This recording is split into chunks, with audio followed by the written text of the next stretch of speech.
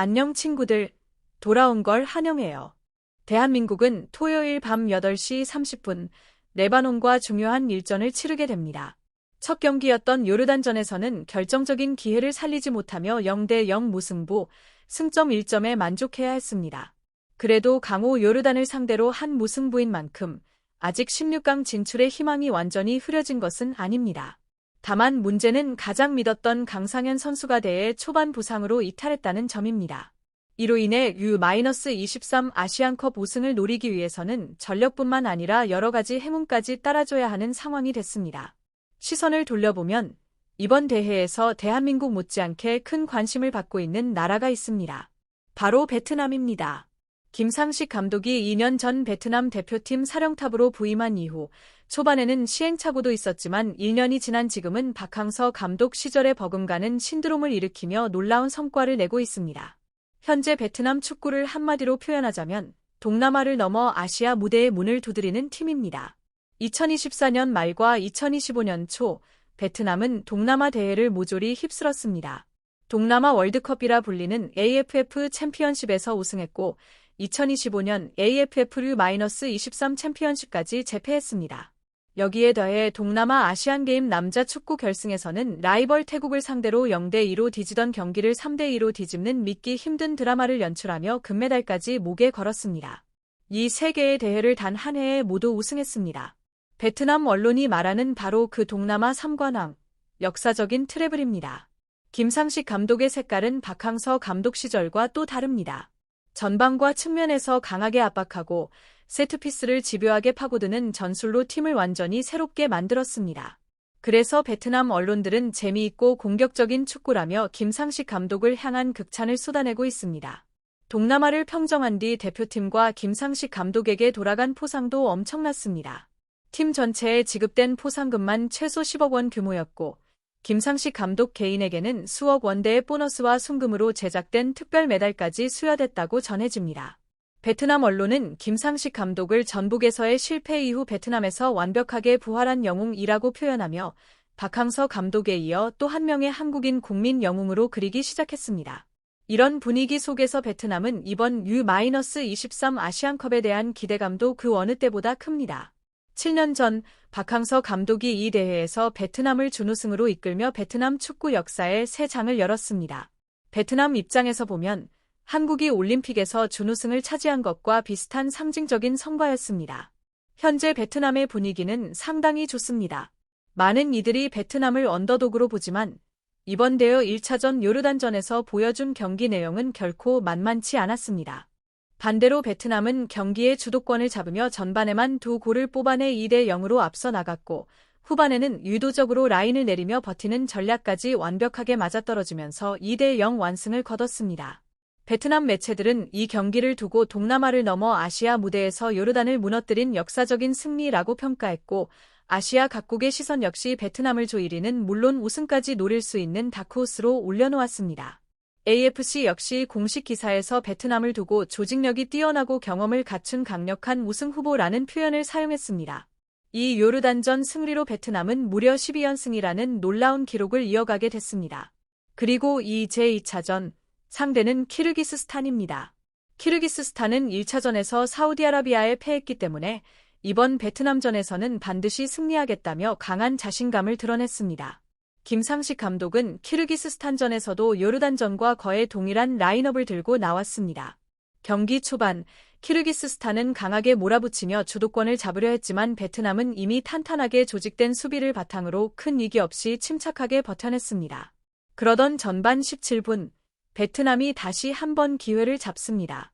오른쪽에서 개인 돌파 이후 올라온 크로스가 혼전 상황을 만들었고 박스 안에서 베트남 선수가 걸려 넘어지며 페널티킥이 선언됐습니다. VAR을 확인할 필요도 없을 만큼 주심이 가까운 거리에서 상황을 정확히 지켜봤고 그대로 페널티킥이 이어졌습니다. 요르단전에서도 키커로 나섰던 선수가 이번에도 침착하게 성공시키며 베트남은 1대0으로 앞서 나갔습니다. 골을 허용한 키르기스스탄은 급해졌습니다. 템포를 끌어올리고 전방 압박 강도도 눈에 띄게 높였습니다. 하지만 베트남은 한국 국가대표 출신 감독에게 체계적인 지도를 받은 팀답게 조직력이 워낙 탄탄했습니다. 압박을 손쉽게 풀어내며 오히려 키르기스스탄 선수들만 더 많이 뛰게 만들었습니다. 그렇다고 베트남이 수비에만 치중한 것도 아니었습니다. 전반 28분, 김상식 감독은 공격 전개가 느려지고 선수들의 집중력이 떨어지는 모습을 보이자 강하게 분노하는 장면도 포착됐습니다. 이런 승부욕 넘치는 모습 역시 베트남 팬들이 김상식 감독을 더 신뢰하게 만드는 이유일 겁니다. 전반 36분에는 베트남이 추가 골을 만들 뻔한 장면도 나왔습니다. 유기적인 패스 플레이로 공간을 열어낸 뒤 여유 있는 마무리까지 이어지며 유력적인 슈팅이 나왔습니다. 다만 아쉽게도 골로 연결되지는 않았습니다.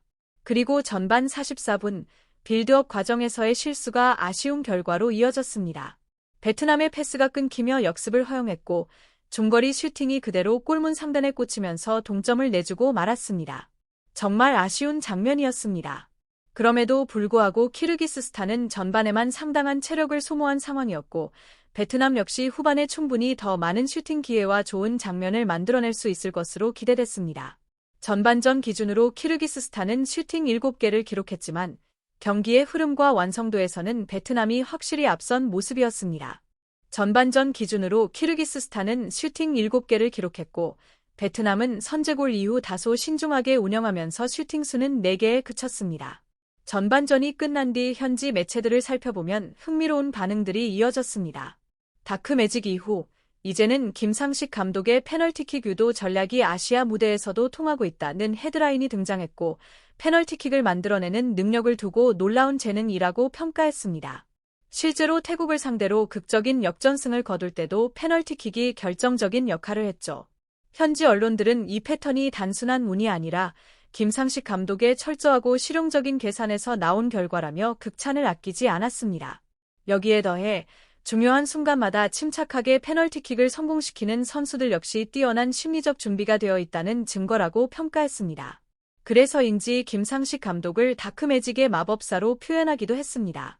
후반 3분, 베트남에게 결정적인 찬스가 찾아왔습니다. 골문 앞까지 완벽하게 만들어 놓고도 마지막 슈팅이 골키퍼 정면으로 향하며 힘없이 막히고 말았습니다. 정말 아쉬운 장면이었죠. 후반 9분에도 베트남의 기회는 이어졌습니다. 베트남의 공격 전개를 보면 최소한 이 경기에서는 한국보다 더 매끄럽다는 인상을 줄 정도였습니다. 다만 슈팅이 살짝 빗나가며 득점으로 연결되지 않았습니다. 그런데 경기를 보면서 한 가지 답답했던 점이 있었습니다. 중계진의 톤이 지나치게 중립적이라는 느낌이 들었죠. 솔직히 이 경기를 보면서 키르기스스탄을 응원하는 사람이 과연 얼마나 있었을까요? 그런 점에서 다소 아쉬움이 남았습니다. 베트남은 이 경기를 반드시 잡아야 한다는 의지가 분명해 보였습니다. 공격은 더욱 과감해졌고 경기 흐름은 전반과는 정반대로 흘러가기 시작했습니다. 무엇보다 키르기스스탄 선수들의 체력이 눈에 띄게 떨어져 있었습니다. 그 결과 베트남의 공격 상황이 계속 이어졌지만 마지막 한 박자 빠른 슈팅이 나오지 않으면서 3대3과 같은 결정적인 숫자 우위 상황에서도 슈팅으로 마무리되지 못했습니다. 코너킥 상황에서 헤딩 슈팅이 나오긴 했지만 골과는 거리가 있었습니다. 체력 소모가 큰 탓인지 베트남 선수들 가운데는 지가 나며 고통을 호소하는 모습도 보였습니다. 한 골 차의 살얼음판 승부가 이어지던 78분, 베트남은 또 한 번 결정적인 기회를 맞이합니다. 약 50m 이상을 단독으로 돌파하며 박스 안까지 파고들었지만 키르기스스탄 수비수가 끝까지 따라붙으며 결국 저지당하고 말았습니다. 공유와 구독, 좋아요.